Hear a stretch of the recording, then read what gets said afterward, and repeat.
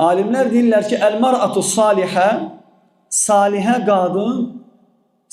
qadın, hansı ki, bu vəsflər onda var, qeyd elədiyimiz vəsflər. Xayrun lil-mu'min minəl-ayneyn. Mömin üçün 12 gözündən daha xeyirlidir. 2 gözündən daha xeyirlidir. Vəl-yədeyn, 2 əlindən daha xeyirlidir. Vəl-ricleyn, 2 ayağından daha xeyirlidir. Fikir verirsiniz? 2 gözündən, 2 əlindən, 2 ayağından daha xeyirlidir.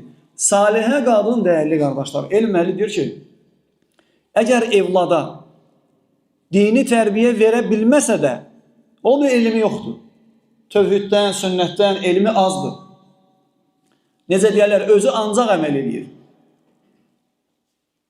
Ən azından evladlarını pozmayacaq. Tərbiyə verə bilmir, şərii tərbiyə.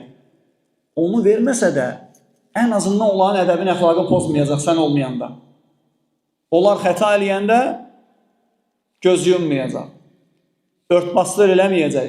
Vallahi, bugünkü problemlərin, evladların əxlaqının, ədəbinin pozulmasının ən böyük səbəblərindən onların gizlədilib örtbasdır eləməsidir. Lazım deyil örtbasdır eləmək. Sən deməlisən ki, qoy o tərbiyə olunsun, qoy onu öyrədilsin. Allimuhum və əddibuhum. Öyrədin və ədəbləndirin. İmam Əli deyir ki, öyrədin onları və ədəbləndirin onları. O bilməlidir onun atası ki, onda hansı naqisliklər var. Tövhiddə hansı naqislik var. Sünnətdə hansı naqislik var. Böyük-kiçikdə hansı naqislik var, onu öyrətmək lazımdır ona. Sən bu gün örtbasdır eləsən, Peyğəmbər sallallahu əleyhi və səlləmin hədislərinin altına düşmürsən. Çünki salihə qadının vəsfindən biri nə idi?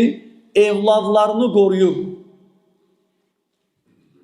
La təxunullaha və rasulə. Allaha və Rəsuluna xəyanət eləməyin. Əmanətlərə xəyanət eləməyin.